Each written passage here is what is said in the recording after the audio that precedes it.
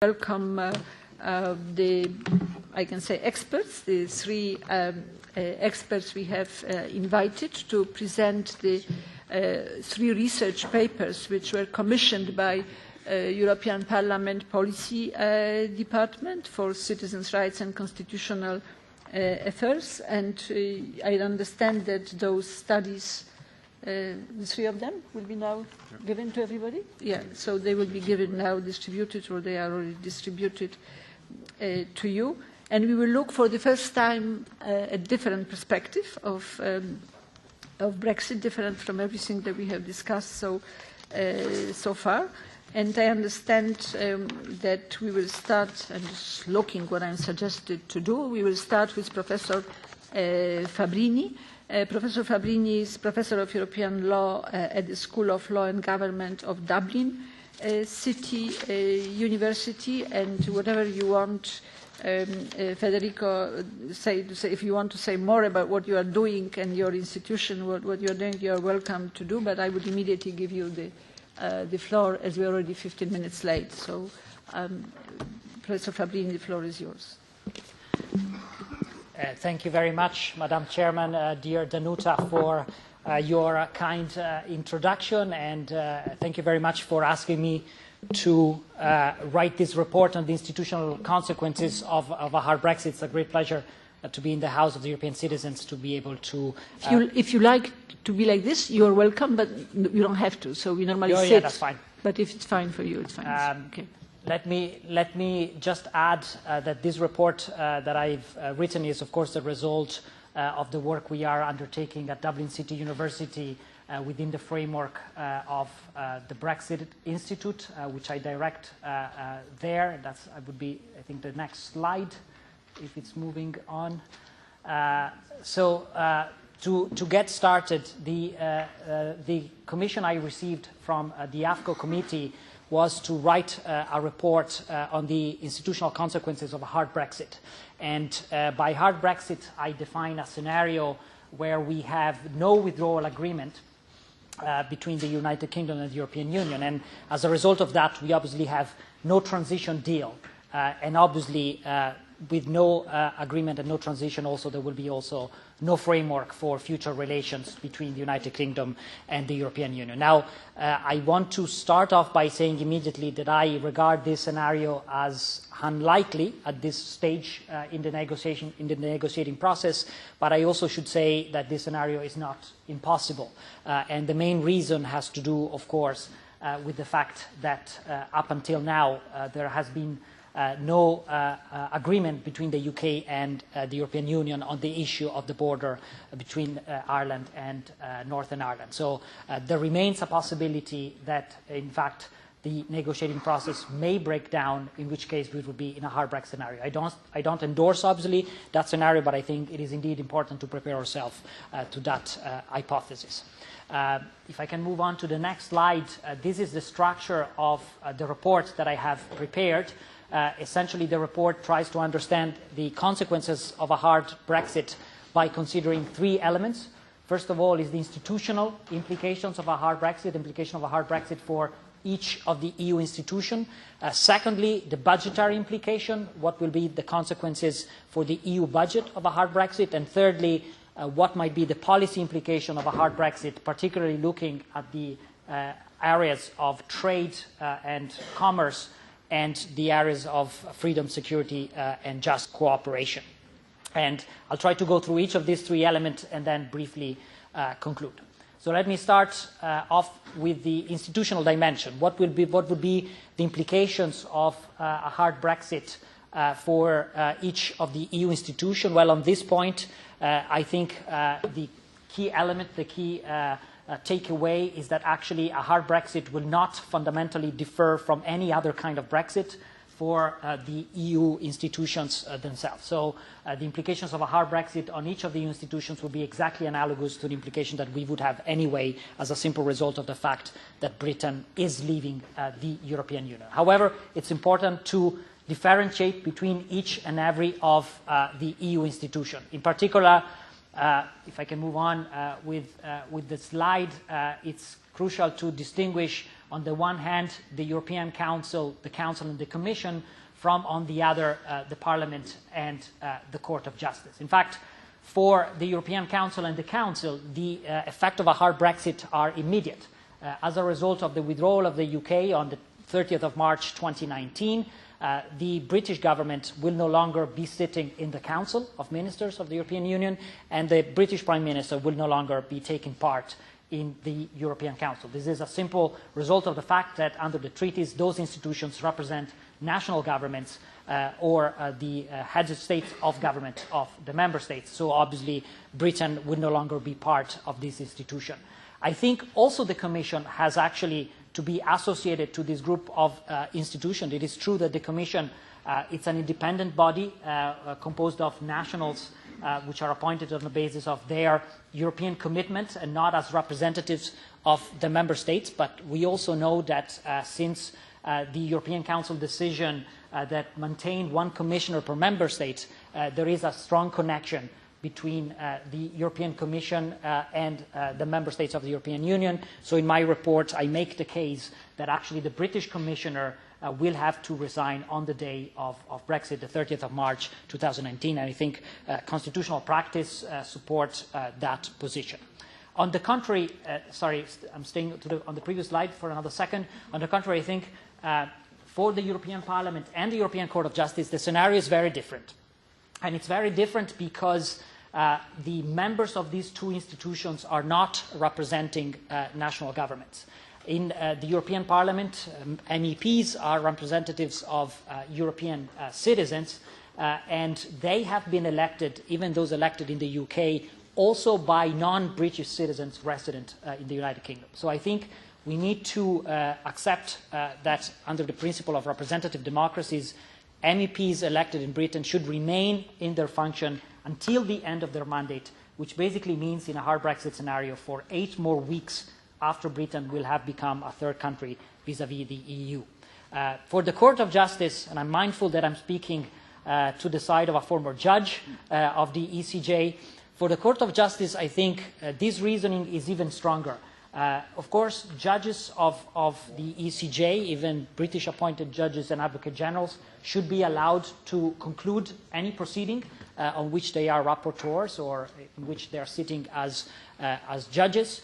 But I think we should push this argument further, and because the European Court of Justice is a unique institution with a strong supranational mandate and where judges are not serving in their national capacity, I believe British judges and advocate general in the court ought to be allowed to conclude their mandate. And that, you know, is a 6-year term, which means they should remain in office for way longer than after Britain will have left the European Union. Finally, the European Central Bank, I just mentioned it here because it's one of the EU institutions and an important one, but here the effects of Brexit will be negligible.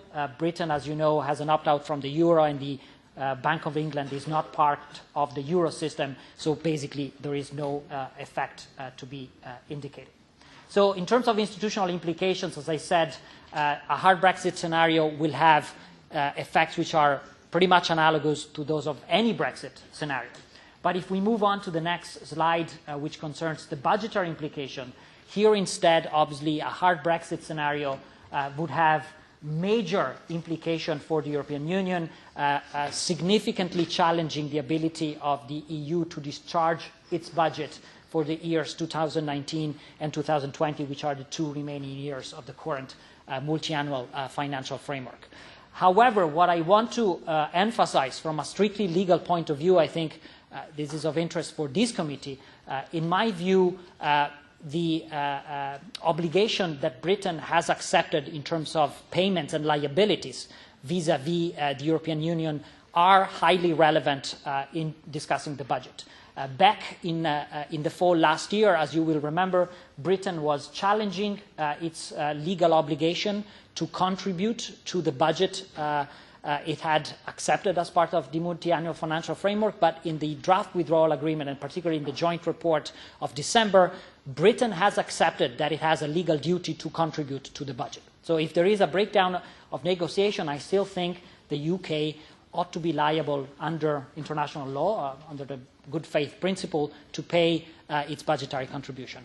Having said that, I'm fully aware it would be very difficult to enforce that legal obligation under international law because there is no mandatory judicial forum, and obviously international law suffers from well-known problem of under-enforcement. But I think the legal principle is there, and that mitigates to some extent the challenges that will be faced by the European Union. And finally, that's my next slide, on the policy implication. I think it's important to emphasize that a hard Brexit scenario, a situation where Britain leaves with no withdrawal agreement, no transition, and no framework for future relations, would be extremely damaging for a number of key European policy areas, notably the field of commerce and trade and the field of security and justice. In a no-Brexit scenario, trade between the EU and the UK would go back to WTO rules. The free movement of goods, services, people and capital under the internal market would be entirely suspended, and we would be applying essentially schedules of commitment. There would be an obligation to introduce custom duties, and the effect, particularly in some economic sector, would be major. In the field of security and justice, equally, a hard Brexit scenario means that all the measures of cooperation that are currently in place under the area of freedom and security and justice would automatically and immediately come to a halt, and therefore cooperation between the UK and the EU on those areas would need to be conducted under the backup options of rules of international law, and the Council of Europe that I'm mentioning on this slide has some convention on a mutual legal assistance treaty, an extradition request that would be applicable between the EU member states and the UK, but of course they provide a much less sophisticated and effective instrument of cooperation. Now, because of these changes in these two key areas of commerce and trade, I think the challenges would be tremendous, and those would apply particularly to the Republic of Ireland. I think clicking on the slide should pop it up here. Because of the border between the Republic of Ireland and Northern Ireland, of course, limitation of trade and lack of criminal justice cooperation would pose enormous challenge to the region. So let me come to my final slide. I think overall, I was asked by the committee to assess the scenario of a hard Brexit. I think my conclusion is that this would be negative from the perspective of the European Union as well. The implications for the EU institutions would be limited, or better, they would not be different from the implication that would kick in anyway under alternative Brexit scenarios. But the challenges for the European budget and for European policies would be major. If we were to end up in that situation, as I said, I don't endorse that scenario, but we should be ready for it. I think it's important to come up with possible contingency measures. The options available are not huge, but in my report I try to suggest a couple of them, particularly to deal with the problem of custom borders on the island of Ireland.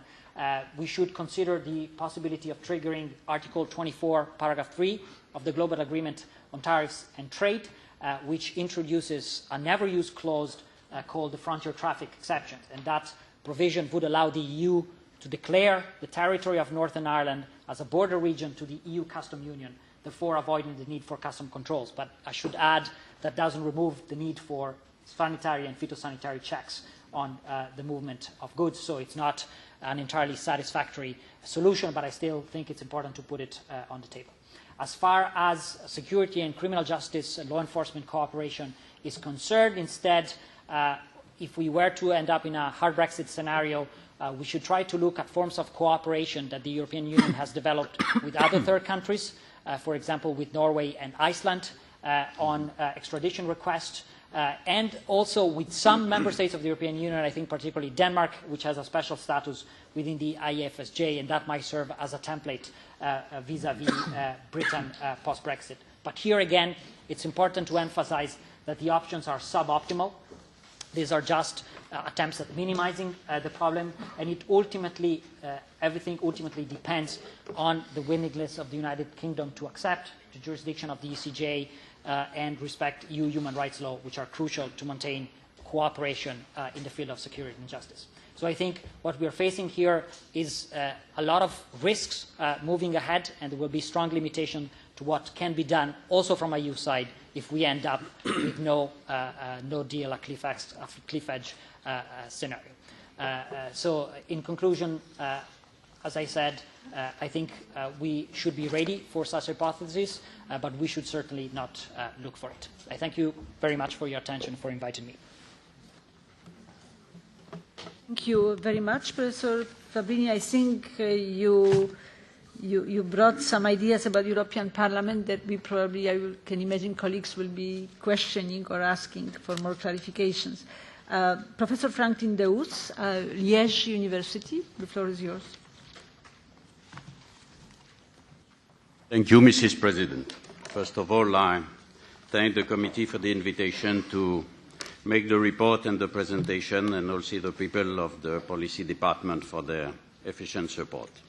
In 15 minutes, I just can give you the headlines. We are going to slide 3. Basically, we are examining the possible consequences of a so-called bespoke agreement on the EU institutions and the EU system of law.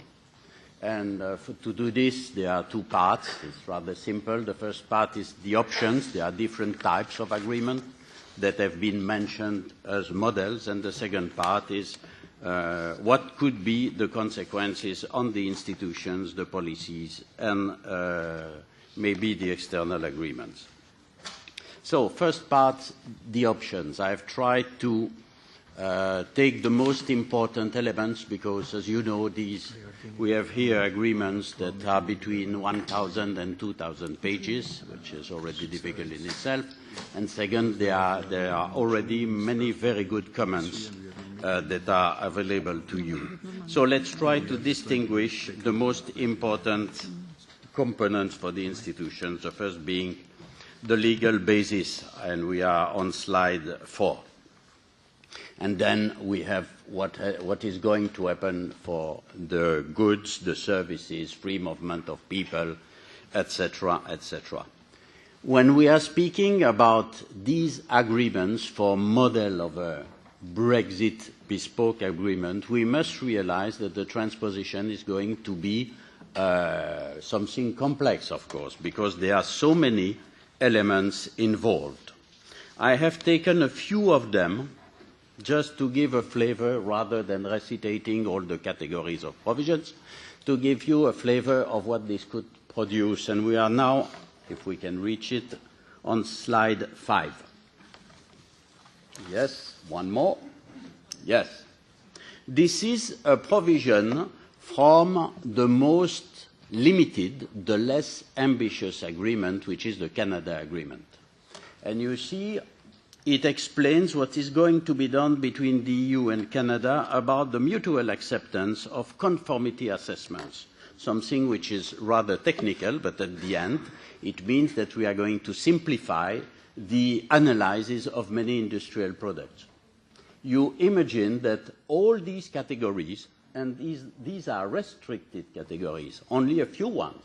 This does not cover at all the scope of all industrial products. But you have to introduce all this and to adopt agreements between the parties on all the products involved. It's quite long, I must tell you. If I take the next slide, which will be useful, it concerns agricultural products.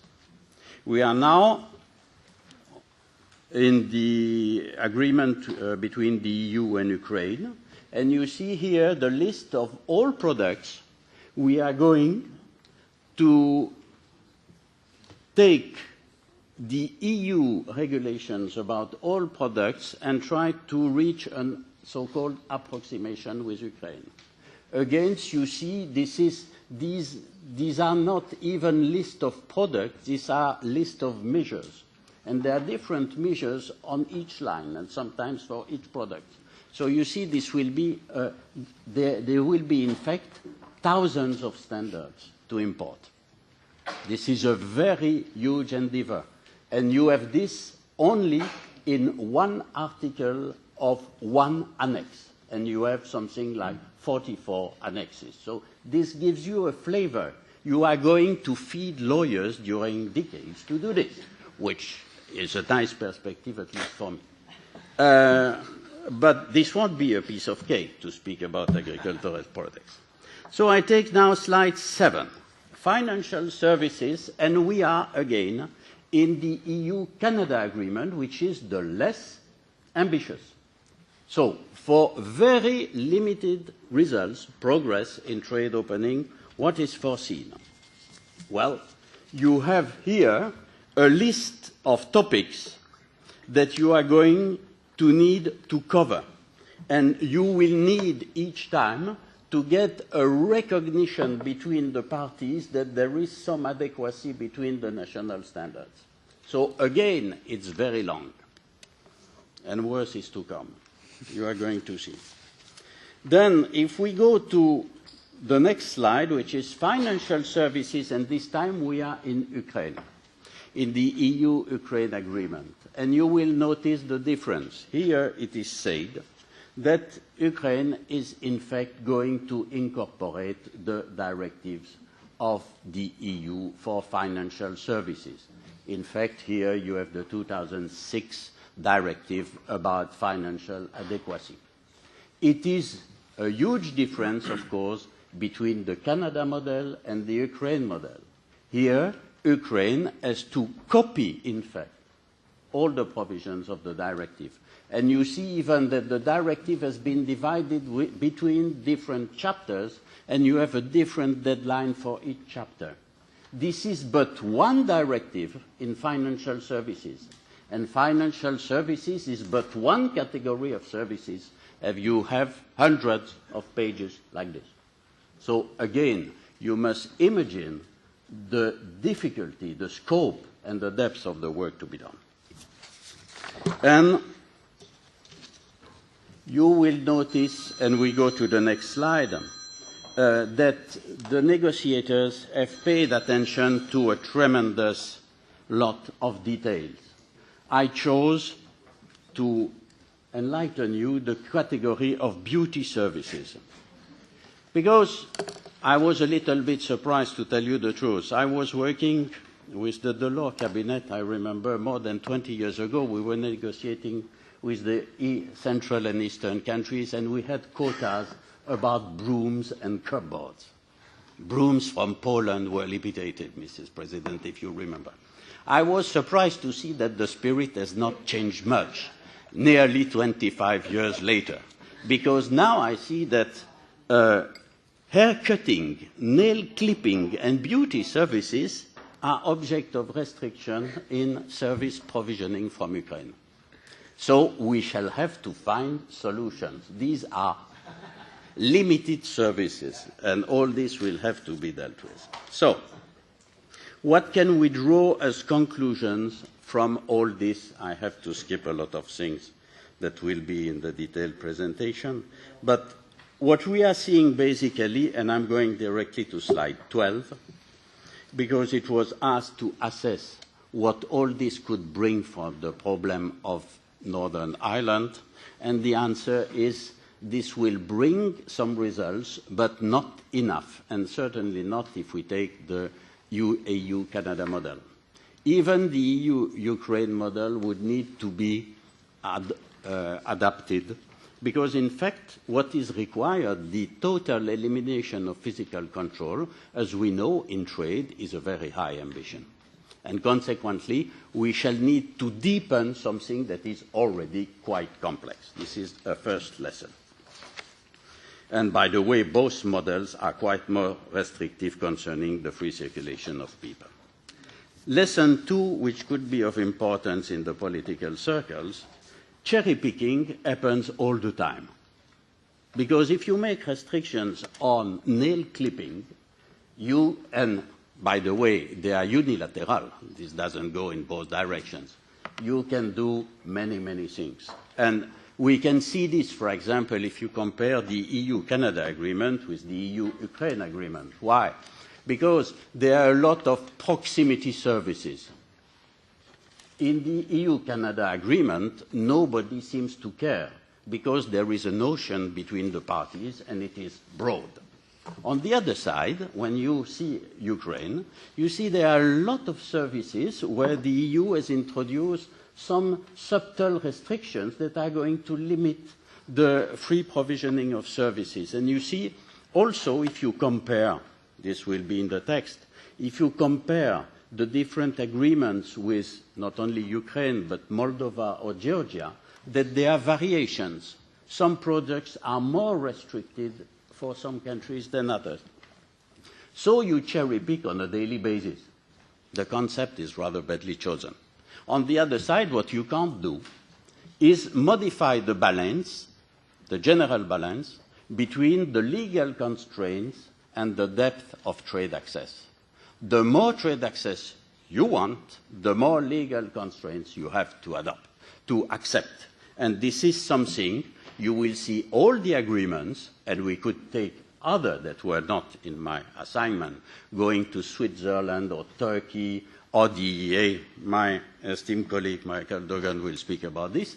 Each time this rule applies. And there, the sentence of Barnier, you can't have the advantage of Ukraine or EEA, a fortiori, with a system like the Canadians, is perfectly right. So, another lesson is that both agreements are extremely complex. I'd like to go to slide 15.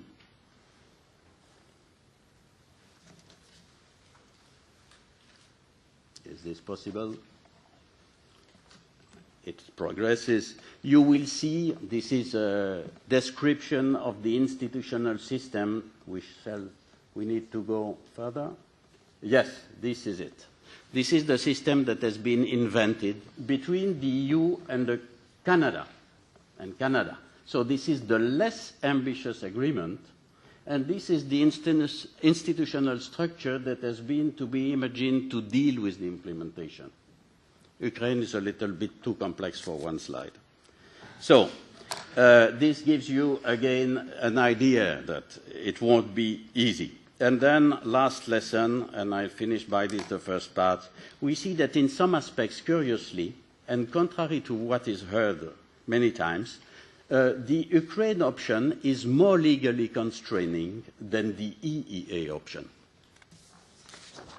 Now, a few words about the impact, and I shall be brief.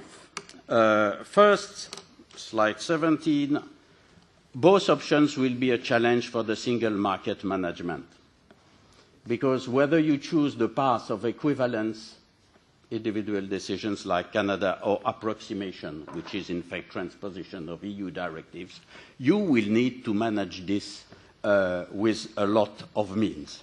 And it is something which is, I believe, the most crucial part of the reflection.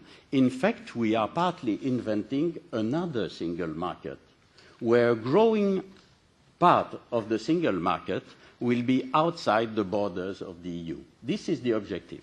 And this impact is, in my humble opinion, underestimated until now, especially if you combine this with the fact that there will be other systems, like the EEA, like Switzerland, like Turkey, simultaneously functioning in the same neighborhood. Those who want to simplify the functioning of the EU, I believe, will not be extremely enthusiastic at the end of this process. So, we need to find something that will minimize the impact of this, and in this is the lesson 7, we need to have a reflection about the modification of the neighborhood policy, because England, the Brexit, is going to modify in a very important way the general context of the neighborhood policy. We have a new neighbor, and this neighbor is the most important in various aspects. An added question, technically more limited, is that we must take note that these agreements have no direct effect. So we are building an extension of the single market where the individual rights to obtain judicial redress will be fundamentally limited. This is also a very important change, and of course it will have implications on the functioning of the courts, and the most important will not be for the EU courts, but for the national ones. There will be, this will be another point, a need for simplification in the functioning of these new trade agreements. This is very important. This is a new generation. We are going to extend it to a very important partner, and will need to simplify the functioning. Otherwise, it will be so weighty that there will be implementation problems. And last but not least, when you do, and this will be the conclusion of all this, when you study all the impacts that this could have, the evolution of the neighborhood policy, the evolution of the trade policy, the evolution of the police and justice cooperation with third states, if we want to do it, and I believe it's important, we realize that what is at stake in the negotiation of the Brexit is much more important for the EU and its institutions than the simple, immediate economic benefits. The systematic consequences for the EU will be at least as important as the immediate economic consequences, and it would be nice if the negotiation took that maybe more into consideration. Thank you for your attention. Professor, very much, and thank you very much in particular for this committee. This moving beyond the pure economics and see the institutional consequences is indeed very, very important. I would like to move now to Professor, I'm trying to understand whether I say Michael or Michael, Michael Dougan. The floor is yours. Dougan. Thank you very much. Thank you for the invitation both to compile the report and also to come and present its main findings here at the European Parliament. My report considers the governance aspects of a potential agreement on a future economic relationship between the Union and the UK based on a so-called close cooperation model. And for these purposes, close cooperation I've defined as an international agreement that would provide for the UK's continued participation in the single market in a manner akin to the EEA, and or for the UK's continued participation in a customs union with the Union, akin to that which exists with Turkey.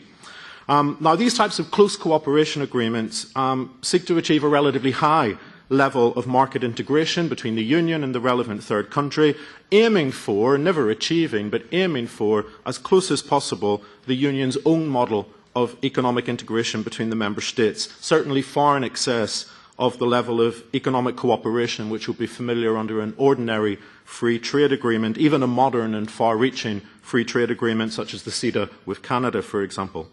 Now, to deliver on this high level of ambition, the techniques, the disciplines of market integration need to be of a commensurately more sophisticated nature and extent. And in practice, under the existing close cooperation agreements between the Union and third countries, that means a close, high degree of alignment on an ongoing basis by the third country to the relevant Union acquis.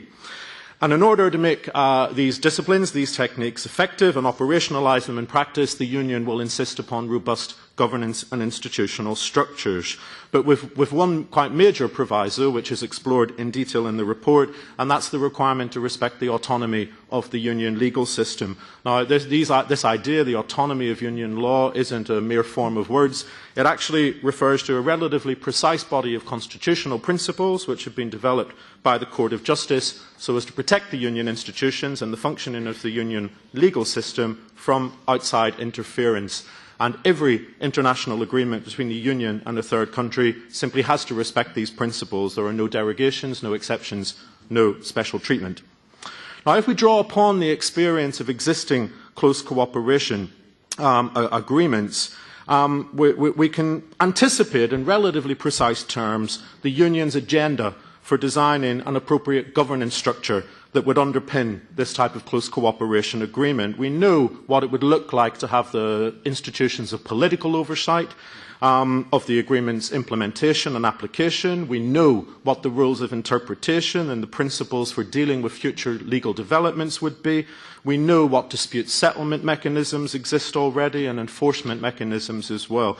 And in particular, I'll reinforce the point made by Professor DEHOUSSE. The Union would be particularly careful to insist on guarantees against asymmetry in the internal legal effects of this type of agreement in the Union as compared to in the relevant third country. Now, all of those institutional issues are discussed in more detail in the report. The overall conclusion of that section of the report is that close cooperation agreements involve a basic trade-off for the third country in question. That country needs to decide how far it is willing to adhere to extensive elements of union law with no direct decision-making participation in the formulation of those rules and only a limited degree of overall influence. Now, what does all of that mean for the UK situation? It has to be said, a little bit like Professor Fabbrini, the scenario I'm dealing with currently doesn't look that likely because the chances of a close cooperation agreement between the Union and the UK currently appear rather slim. We know that the UK government and its agenda of taking back control has ruled out both membership of a customs union and membership of the single market, whether through the EEA or otherwise. And the Union itself, obviously, taking into account the UK's self-imposed red lines, has said that this will limit the potential for an ambitious trade agreement. So unless the UK's political preferences change, we're looking at a wide-ranging but still essentially limited free trade agreement. Nevertheless, I think the most interesting questions which I addressed in my report in Chapter 4 are about how far these two positions might be reconciled. In other words, how far the Union and the UK might still seek a form of close cooperation agreement which defies and reshapes our expectations, not simply confirms and reinforces them, but actually defies and reshapes our expectations about what close cooperation looks like and how it should function. And in particular, my report examines several proposals from the UK government for special treatment by the Union towards the UK and asks how likely they are to find their way into any potential close cooperation agreement in the future. I'll just give three brief examples from the ones which are set out in more detail in the report. First of all, as we probably all know, the UK favours selective participation in the single market. The UK government has suggested a degree of cherry-picking as to which freedoms and which sectors it would like to subscribe to and which it would like to reject. The most obvious one, which receives the most attention, is, of course, free movement of persons. But we know also, for example, the UK has suggested that it would not be interested in continued participation in the digital single market. Now, we know that the UK's proposals in this regard are difficult to reconcile with the Union's own insistence that the four freedoms are indivisible and there can be no cherry-picking. Now, on the one hand, the report points out that there's no strict constitutional or legal imperative that compels the Union to adopt this approach. There's no constitutional rule of Union law which says that the four freedoms are indivisible and you cannot selectively participate in aspects of the single market. And I think that point has already been made by Professor DEHOUSSE. On the other hand, the report points out that it is very self-evidently in the Union's rational self-interest to insist upon the unity of the internal market, at least in this particular context. One of the challenges for the Union is to recognise and ensure that the single market is made up of a whole series of complex and interdependent elements. And there's a real risk that if you offer a third country the possibility to disaggregate or unravel or unpick these very elements, that it can undermine not only the smooth functioning of the internal market, but also the very legitimacy of the structures and processes that make it an acceptable bargain to the member states. And I think that's particularly true in the context of the withdrawal of a member state, and especially true in the context of the UK, which, after all, even as a member state, enjoyed a whole series of special concessions and privileges of its own. So the indivisibility of the internal market may not be a constitutional imperative, but it is certainly a serious political concern. Second example, the UK proposes maintaining market access in certain sectors, but without full adherence to the techniques and disciplines of the relevant union acquis. Now, the details of the UK model here are very far from clear, but it seems to consist in the idea that the UK should continue to enjoy the benefits of full mutual recognition based on reciprocal home state control, but without any longer having to comply with the same techniques and disciplines in terms of especially of regulatory harmonisation, and instead the UK would offer certain guarantees to meet equivalent or adequate standards, for example in a field like financial services. Now, the problem with this proposal is that it really sort of seriously underestimates the degree to which mutual recognition within the context of the internal market is the product of quite legally complex and politically sensitive frameworks and structures and processes. And in particular, mutual recognition is fundamentally dependent upon the creation, the maintenance of a high level of mutual trust and confidence between the relative market actors. And mutual trust does not spontaneously self-generate, it does not produce itself out of thin air. It is built and maintained through a very long and hard labour, often challenged by points of tension and even threatened by moments of genuine crisis, as we all know from recent events. And this labour doesn't only consist in a body of substantive law, which seeks to harmonise the regulatory standards that protect essential public interests. It's also dependent on an institutional framework that guarantees the rules of the game, and it relies upon a highly developed legal system common to the member states that offers concrete guarantees, for example, against asymmetry in the enforcement and legal effects of the agreement. Once again, even if there isn't a constitutional duty to insist upon harmonisation as the basis for mutual recognition, it is clearly in the Union's self-interest not to undermine the smooth functioning and legitimacy of the system of mutual recognition which has been created by offering mutual recognition to a third country without respecting the disciplines and techniques that underpin it. Third and final example, and then I'll conclude. The UK government has suggested that it would be interested in continuing current and even potentially future alignment with union standards in certain fields, so as to preserve and protect smooth market access between the union and UK markets in those particular sectors. But many voices in the UK and the political debate in the UK object to the prospect of the UK becoming some sort of rule taker from Brussels, and they call for new processes that would ensure that the UK's interests are still fully represented within the Union's decision-making institutions and procedures. Here, I suppose, the bad news for those UK politicians is that the constitutional principles that protect the autonomy of Union law from external interference impose inherent limits to how far any third country, including the UK, can participate in decision-making by the Union institutions. And the experience which has been acquired through the EEA or through the agreement with Turkey suggests that third countries have to make effective use of the limited opportunities that are available to influence the activities of the Union's institutions, for example, when it comes to specific issues of concern to that country or areas of particular expertise where they have some added value to offer. To conclude my analysis then, I found three overall points that I wanted to bring to the attention of the committee. The first is that, of course, the circumstances, the characteristics of the UK as a third country are unique. They are different from existing relationships. But in the event that changed political preferences in the UK might seek an enhanced economic relationship with the Union into the future, there are actually few grounds to believe that the formal terms of a close cooperation agreement should look radically different from the experience that we've seen in other contexts with other third countries. And more than that, it feels like there should be no credible prospect of the Union agreeing to some of the demands which are emanating from London, because they effectively amount to a request for the UK to be treated better as a third country than the Member States are even prepared to treat themselves and each other within the context of Union membership. Second overall conclusion. The special situation of the UK as a third country, and it is special, is more likely to manifest itself empirically through the way that these institutions operate and the processes and outputs of their institutions. For example, through genuinely meaningful pre-legislative consultations, particularly in sectors of UK strength, or through drawing upon the undoubted expert capacities of the UK in particular sectors. It's empirically that the UK's special situation is likely to be accommodated. And more generally, of course, there is the strategic interest of the Union in maintaining and creating a wide-ranging and well-functioning cooperation with the UK, which also extends beyond the economic sphere into fields such as security and defence. Third and final overall conclusion.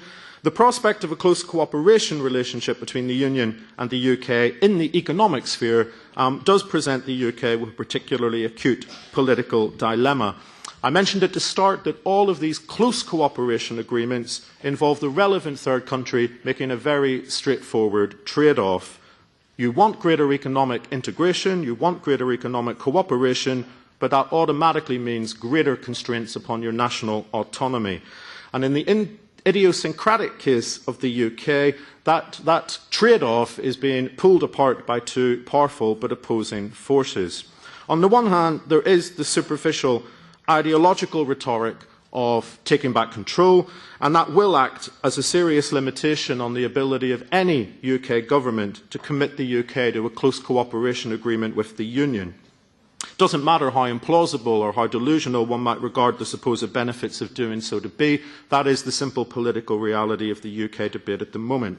On the other hand, there's an equally strong reality, which is that any close cooperation agreement would mean the UK effectively substituting its current position of leadership and influence within the Union for a new position of relative subordination as a third country. And that transformation would actually call into question both the constitutional logic but also the very political wisdom of the very act of withdrawal itself.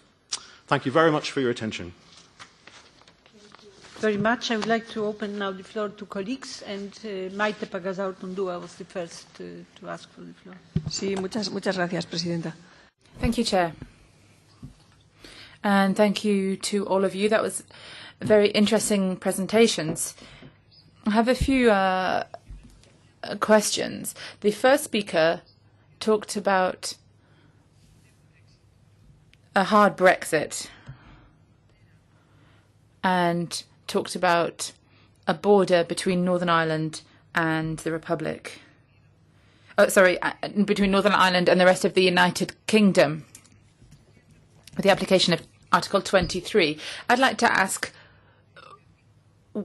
have there been any cases of this article being applied in the past, in which decades, and whether the application of the article lasted for a long period of time, or whether it gave rise to any new types of border organisation? And then another question. You talked about increasing the possibility of irregular or illegal trafficking, or the possibility of the territory opening up. I'm just wondering if there's any data that suggests that this will actually happen, any practical data. Thank you very much, Chair, and thank you to the three of you for three fascinating introductions. Now, the Chair has already trailed her coat, so I will just definitely take up this point which you raised, Professor Fabbrini, that MEPs are elected by citizens, hence the 73 British or UK MEPs would remain for an extra 8 weeks. Now, my question to you is, whom will they actually represent? They will not represent UK citizens because the United Kingdom will no longer be a member. I think that we can agree on that. How then will they actually identify their constituents during those 8 weeks, assuming that they want to? I think we're almost looking at a kind of Alice in Wonderland scenario here. My second affects some of my own Hungarian constituents, of course, so I do have skin in the game, if you like. Now, my second question is for information. It's the question of the free movement of capital. What happens to the existing capital which is invested by the UK in any one of the 27 member states if there is a dispute settlement? Suppose that a member state, I shall call it Slobovia, decides to do something really, dispossess Tesco, let's say hypothetically. What about the dispute settlement? I mean, will it be exhausted with the local legal possibilities? Because the UK can't go to Luxembourg, or can they? I mean, what happens at that point? That's really my question. My other points are to any of you, or possibly all of you. I mean, what I take from what you've been saying is that the definition of a third state is actually a movable feast. in one sense, I mean, I think the only fundamental principle is that no third state should be in a better position than an EU member state. Beyond that, it becomes very flexible, but how flexible can the European Union be, or maybe better question, how flexible does it want to be? And that's actually not a legal question, it's a political question. But I think it's an immediately relevant one. And the close cooperation agreement that Professor Dougan talked about, very interesting. But again, the problem, as I see it, is it depoliticizes what actually is a political issue, what this relationship between the 27 and the United Kingdom is to be. Now, can such an agreement actually be completely depoliticized? Can it be something that is governed exclusively at the technical level? Because I think if it is, it will raise issues, obviously in the United Kingdom among the hardline Brexiteers, but I think also questions will be raised on this side of the Channel as well, and just conceivably on the far side of the Irish Sea, to be inclusive about the 27. Thank you very much. Thank you very much. Richard Corbett. Well, first, thank you for three very rich, interesting presentations full of useful examples and gives much ammunition to those of us who are involved in these debates in Britain and indeed elsewhere.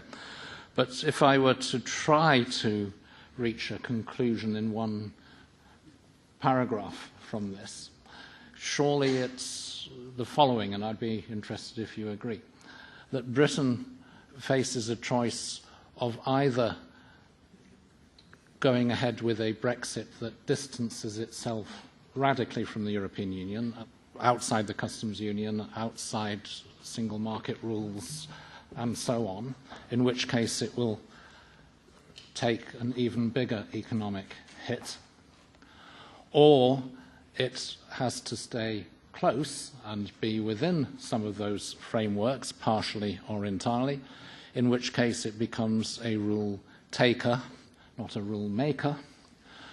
Neither solution is, of course, a good one, in my view, but the attempts made by some to, as we say, have your cake and eat it and bridge that gap are doomed to failure. Thank you. Helmut Scholz. Thank you, Chair, and I also want to thank for the very exciting three introductory speeches, briefings, as I would say. I would have the first question, which has been put by Mr. Schöpflin as well. And the problem is, if we are with this question, are not starting into the debate who we are representing as members of the Parliament in detail.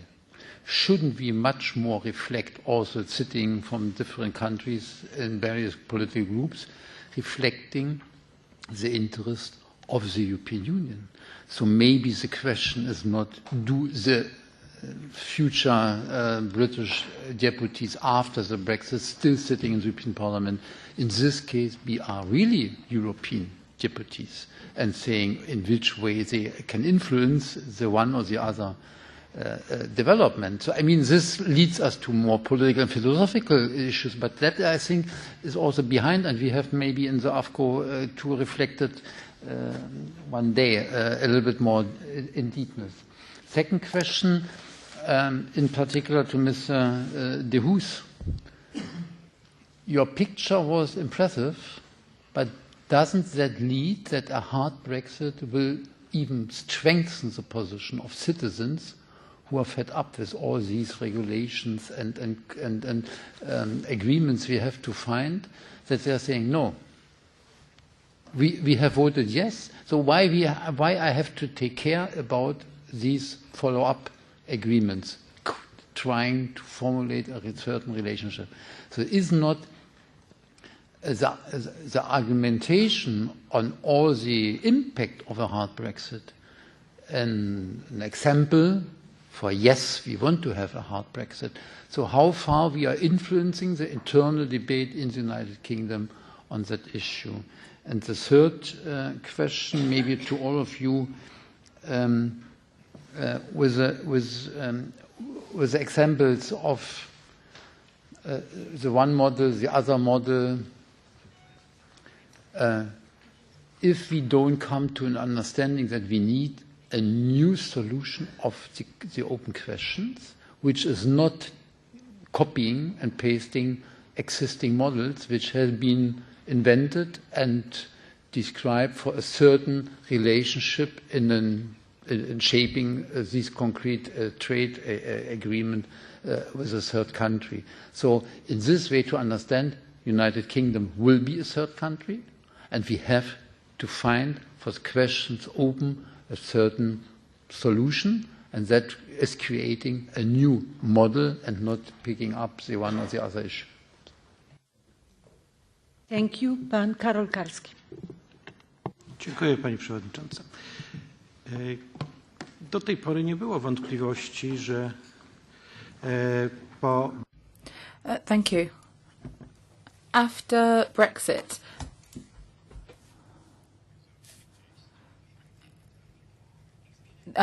British members' time in the Parliament will, of course, be over. Anything else would not respect the democratic nature of our chamber.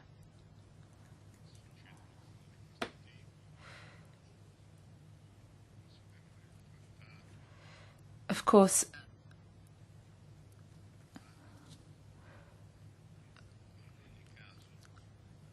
we have the treaties here, but in this specific case, there's been no doubt at any stage that all of the representatives of a member state that is no longer a member state will no longer be able to take up their institutional roles. The question is different, of course, for the staff.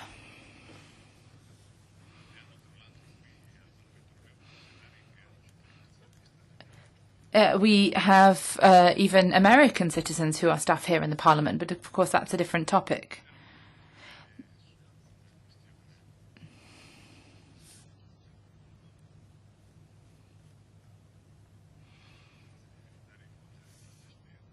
And, however, I have a question for the experts. In the European Union, there are a number of projects that are public in nature, but which are linked to business and companies. For example, in negotiations, we heard a dispute about the satellite Galileo system. This is a public-private project. It's a huge undertaking, and the United Kingdom has underwritten 14% of the funds that have already been invested in the business. So my question is as follows.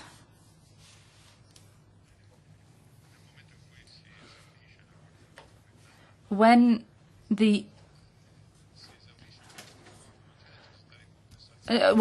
when they leave the UK, will they not need some kind of compensation? Through, if you have an agreement, you can do anything. If there isn't an agreement, if there is a sudden exit, what is going to happen to the money that they've invested in European projects when they then leave? Thank you. Thank you, Chair. I have forgotten one question which maybe is important to discuss, because we had in the morning exchange of views concerning Brexit and the future relationship in the field of the common foreign and security policies. And you mentioned just now that there is an opportunity of the intergovernmental cooperation in that field possible besides shaping already a concrete new agreement. Do you think that it is really possible to have, besides all the other agreements in all other fields of the future relationship between the United Kingdom and the European Union, the chance to shape intergovernmental cooperation in the field of security? So do you see there really a chance, which I think is very challenging to all of us? Thank you. George.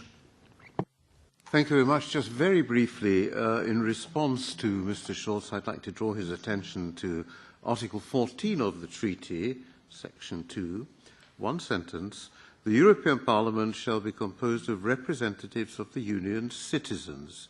Well, AFCO is a thinking committee, so you're quite right, and I support your initiative. Thank you. If there's no more, I would also like, if there's no more questions from colleagues, I would also like to ask maybe two questions. And one is, I don't know to whom I could refer this question, but maybe to all of you. I wonder whether there is any reflection in the research community on the consequences of the absence of UK, a big and in a way specific also member state, on the formation of majorities or blocking minorities or all those things in the future, also in different policy areas. So can this kind of impact also be meaningful for us? And the second question is to Professor Federico FABBRINI on, I will not ask about the Parliament, but about the judges, what you said about the judges, because the judges are, of course, they cannot take instructions from member states, but still they are appointed by member states. So I'm just wondering how you really justify your understanding that they should stay at least till the end of the cases they would be involved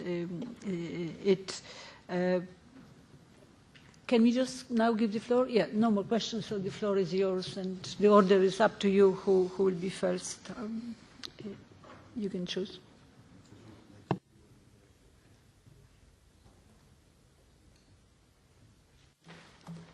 Okay, I think Professor Fabbrini has had so many questions that it's fair to give him a little time to prepare the answers. I'll respond in particular to... I'll respond in particular to two questions, and I think this groups together some of the questions which came from the floor. It's absolutely true that a close cooperation agreement presupposes a major political choice, which would represent a major change of policy by the UK government. As I pointed out in the report, it wasn't for me to say whether that political choice is a correct one or a bad one. My brief was to analyse the consequences of that choice being made. And I suppose my main finding was that if you want a close cooperation agreement with the Union, in institutional and governance terms, the dies are pretty cast, and you know what the consequences are going to be. I will make a brief comment on the political choice, and I think this echoes, and maybe I'm going to rephrase my final conclusion in a slightly different way, but I think the political choice within the UK it is made very difficult. First of all, by the fact that I think you called them the die-hard Brexiteers, would never accept a close cooperation agreement with the Union. It's simply not on their agenda. That they would never agree to it. I think the real problems are for the advocates of a soft Brexit, who are effectively talking about a close cooperation agreement. That's the terminology interchanging. Because really the challenge that they've got to justify and explain is that in order to minimise economic disruption, in order to maximise continuing economic cooperation, the primary result of Brexit would be that the UK has transformed itself from being a leading power within the EU to being a more passive rule taker outside the EU.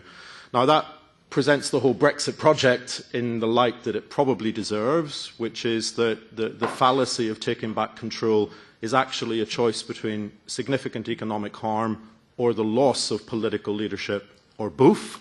And it's really a matter of how you want to combine those losses and those negative consequences.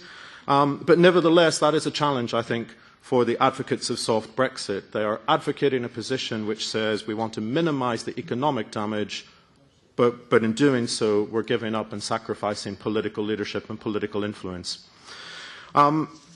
On the second point about all models are bespoke and all agreements are different, of course that's very, very true. And one of the things I highlight in the report is that every single close cooperation agreement that I looked at is quite distinctive, and they are different. They have their own unique features. But I think more important to concentrate on are the underlying parameters within which these agreements have to be negotiated and designed. And those parameters don't change very much, in fact, and I'll just list them very briefly. First of all, the major challenge to international economic cooperation are not tariffs, it's not customs checks, it's regulatory barriers to the movement of goods, services, capital and people, and it's regulatory barriers that condition the ambition of an economic cooperation. Second unchanging point, the problems are quite bad in the field of goods, they are substantially more challenging in the field of services, and if you want a genuinely ambitious economic relationship, it's services that you've got to tackle. The third unchanging point, the more ambitious that you want to be, the greater the degree of cooperation involved, the more the obligations you have to accept, and the less your theoretical national regulatory autonomy will be left intact. And then the final parameter, which doesn't change, is that size matters. Bigger economic powers lay out the rules of the game, and smaller economic powers have to decide whether they're content with those rules, and that will equally condition the degree of ambition that the two sides are prepared to agree to. So within those parameters, we have a huge range of choices to make about the scope of cooperation, the depth of cooperation, the precise tools and techniques, the limits, the institutions. All of those are up for grabs, and they make these deals bespoke.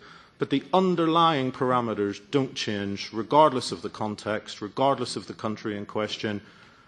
Regulatory barriers, services, obligations and institutions, and relative size.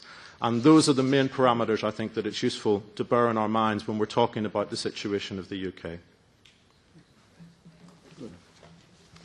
Well, to go on immediately and complete the argument of my colleague Dougan, I'm going to take two questions from Mr. Scholz. And the first one was interesting, I must say.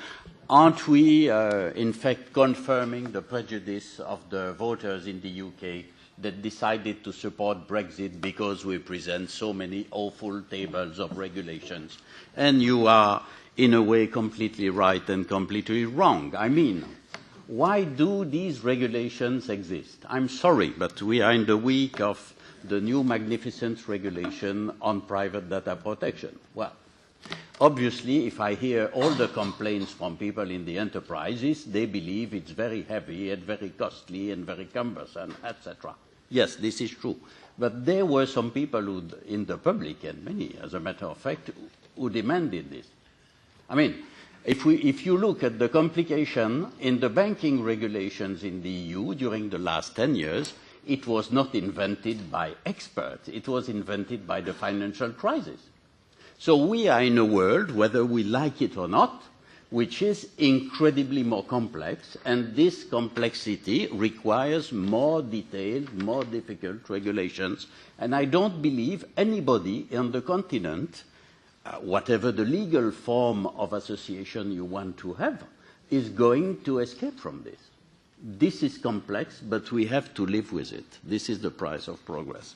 So whether it takes that form or another one, we can discuss, but we won't change it.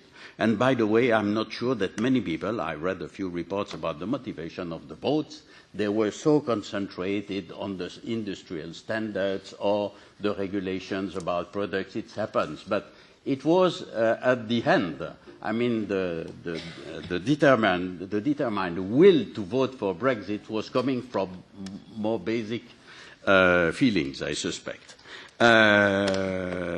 Another thing, yes, is about we need a new form. And again, I believe what my colleague Dougan is perfectly clear, and I believe it's accepted more or less everywhere. We all agree here that you have a balance between access to a market and institutional constraints. We can invent 10 new forms of economic cooperation. We shall not modify this basic rule. We are a system of law with a lot of administrative control, of judicial control, both at the EU level and the national level. We can invent many solutions, but this again will not change, because this is the basis of the market, precisely because we need a lot of regulations, we need a lot of instruments to control the implementation. And I'll conclude by this, we can have imagination, but we shan't modify these basic parameters, because they apply to all our negotiations with whomever cares to negotiate with us. But the fact is, when I hear the formula, well, the UK can't be better, I'd suggest that we abandon that one. Because by definition, the UK will not be better. Whatever trade agreement we conclude, and even with no trade agreement or no agreement at all, the UK will be outside the decision process. And in itself, it is an enormous change. So let's not concentrate on this, on that, cherry-picking this part of the market, etc., etc. The change will be huge. And thus, let's concentrate on the important thing, which is keeping the balance. There is one thing the Brexit negotiation cannot impose to the Union, it is to fragilize the whole single market.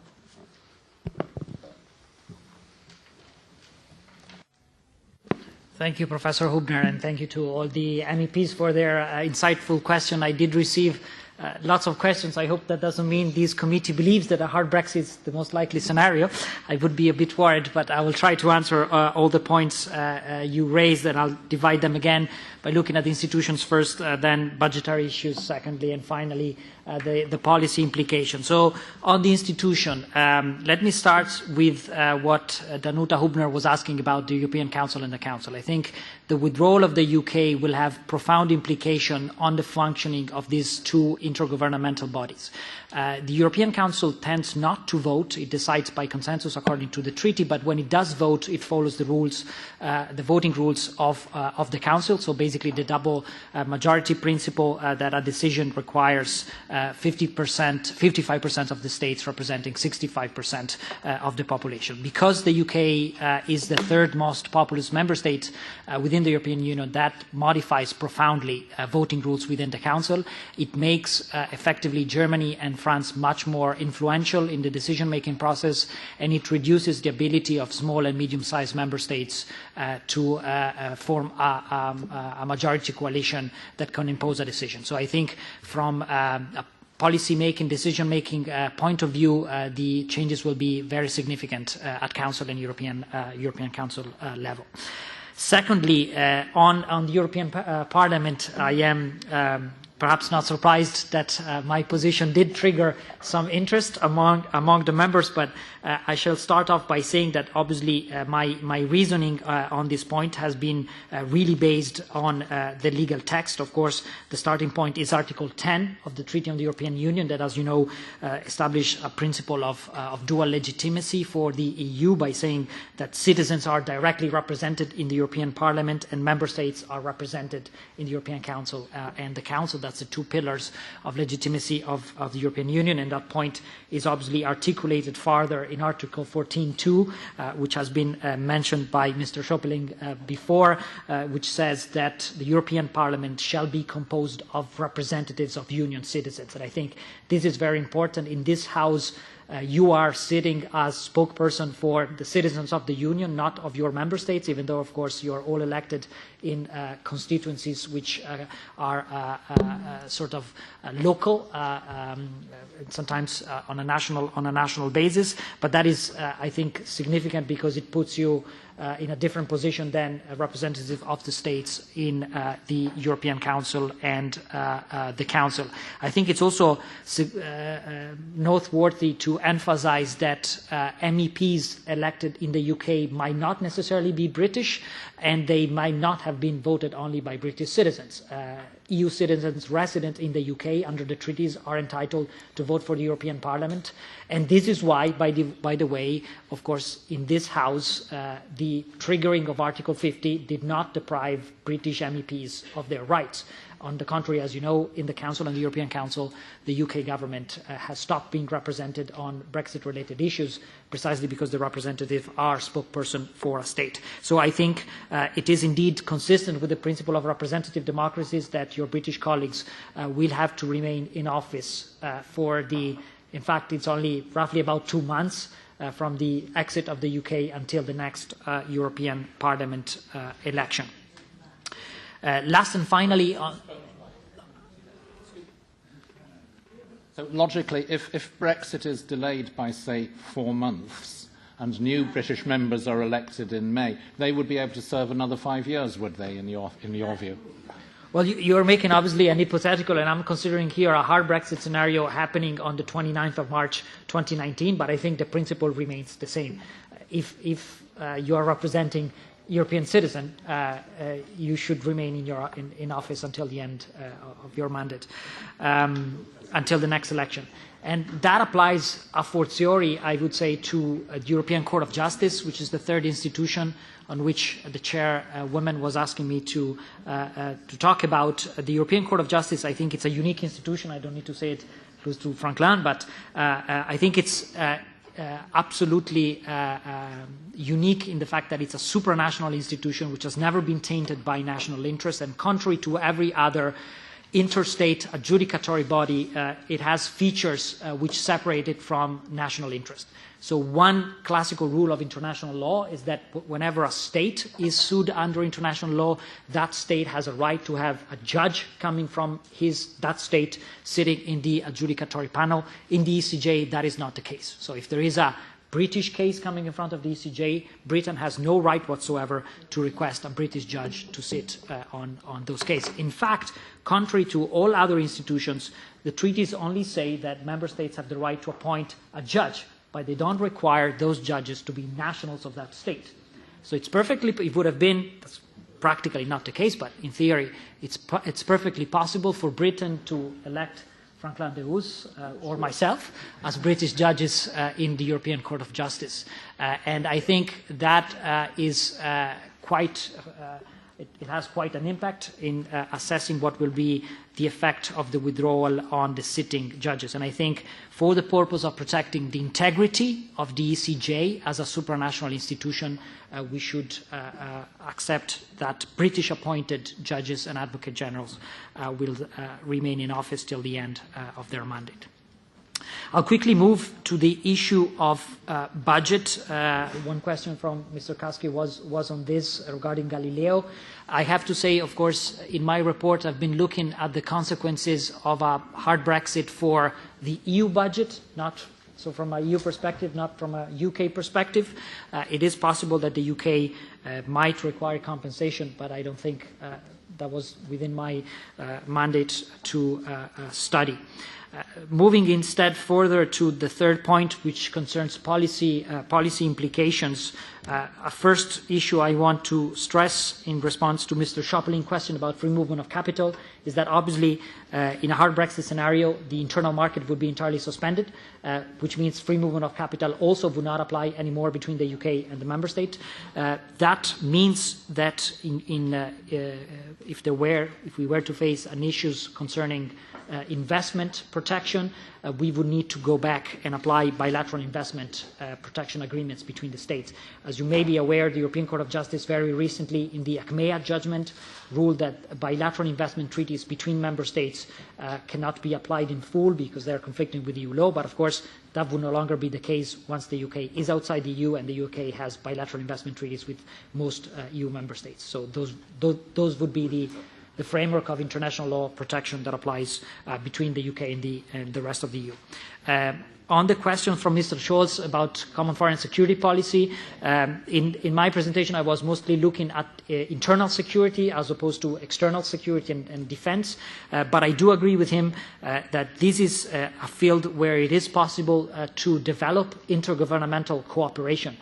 To some extent it is ironic because I think in fact it will be easier for the EU and the UK to reach agreement on maintaining cooperation in CFSP as opposed than in trade, which is a bit a contradiction because we tend to think of CFSP as high politics and trade as low politics, but the interest in CFSP and the fact that it's less regulated and less embedded into the autonomous legal order that Michael has described before makes it easier. But with a proviso, a caveat on this, which is, I think, cooperation at a sort of general strategic level is possible. The more you go in depth, the more it becomes complicated. So if you want to bring in, for example, public procurement, that requires rules on the internal market. If you want to bring in sanction, that requires the jurisdiction of the European Court of Justice. So it's again a trade-off between depth and commitment to rules.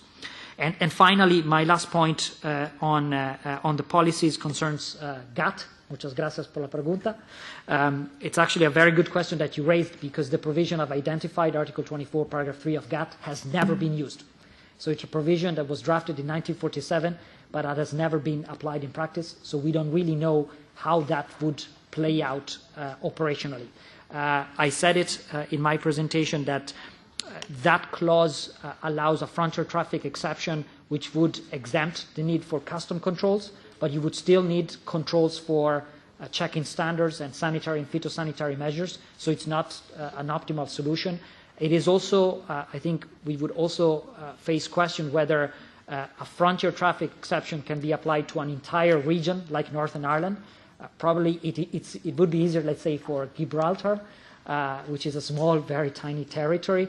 Northern Ireland, it's fairly big, but honestly, that's the best we can hang on in a hard Brexit scenario, and that's why I thought of bringing it to the attention of the committee. Thank you very much. Thank you very much. I think I can say on behalf of all the colleagues that it was very useful, and we thank you very much for the contribution also to our reflection. As you probably know, this committee is responsible for preparing the consent procedure, so we have made our committee an open platform for the discussion so that we feel that we really understand what's going on and what will be the consequences for both sides, and we will be, thanks to that, we'll be also better prepared to make the decision at the end of this year. So I thank you very much, the three of you, and hopefully we can meet again, maybe in when the probability of hard Brexit will be even smaller than it is now, but let's hope we will win. Thank you. Thank you very much.